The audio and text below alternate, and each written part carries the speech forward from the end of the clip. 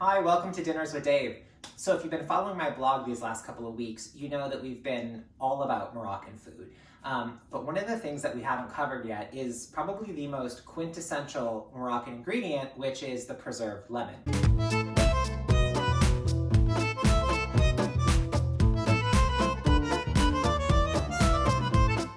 You'll find these guys in like every Moroccan dish, from couscous to salads to tagines. And so I was on a trip to Morocco recently and tasted a bunch of amazing food, came back to my home kitchen to try to make the food, only to realize I needed preserved lemons. And historically, it's been something that I've either left out of my recipe altogether or grated in a little bit of lemon zest at the end, thinking it might be the same, but very rookie mistake, not even close. So I tried buying store-bought preserved lemons.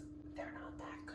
Making preserved lemons at home really couldn't be any easier. You just need salt, lemons, and a very clean jar to get started. So let's make some lemons. So what we're gonna do here is we're gonna start by cutting the lemons into quarters, but we want to make sure that we're not cutting the lemon all the way through.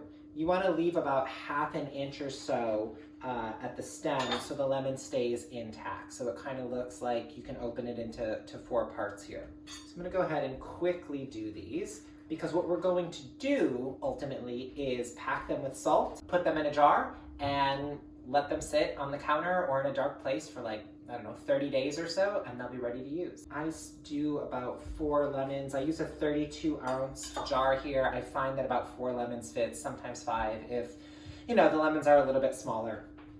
So the ratio salt to lemon is about 1 tablespoon of salt. I use kosher salt here per lemon. So just try to get it in the lemon, sprinkle it in, and then we're gonna go ahead and close the lemon back up and put it in the jar.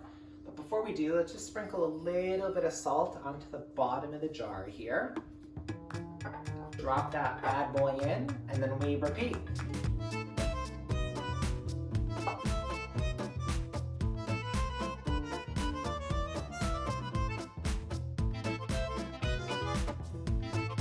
You really want to push them down in there, because we're going to pour lemon juice over them so they cure in their own juice, so we can smash them and actually extract all the juice we want from them. Because with preserved lemons, you actually eat the peel the majority of the time. I have seen recipes for the pulp used in salad dressings or charmoula for a fish tagine, but generally speaking, the majority of the recipes you'll see will just call for the peel. Let's take some more fresh salt out of the box here. Salt on top. And then we're just gonna take some freshly squeezed lemon juice. Don't use water. Don't use store-bought lemon juice. Go ahead and squeeze the extra lemons. I think I have about 3 lemons here. We're just gonna go ahead and fill the jar.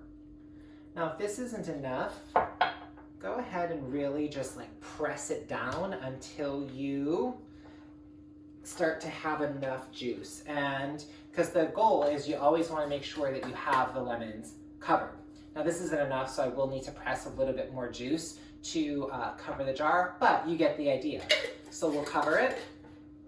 I like to kind of shake it around a little bit. You want to start to distribute the salt evenly. And then we're going to leave it on the counter, like I said, for about a month.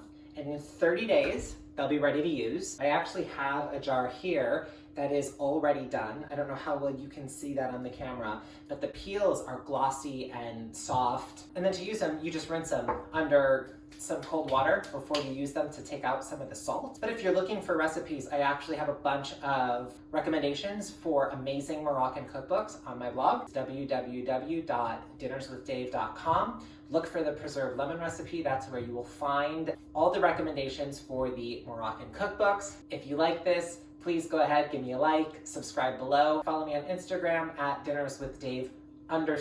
Thank you so much for watching, and good luck. Bon appetit.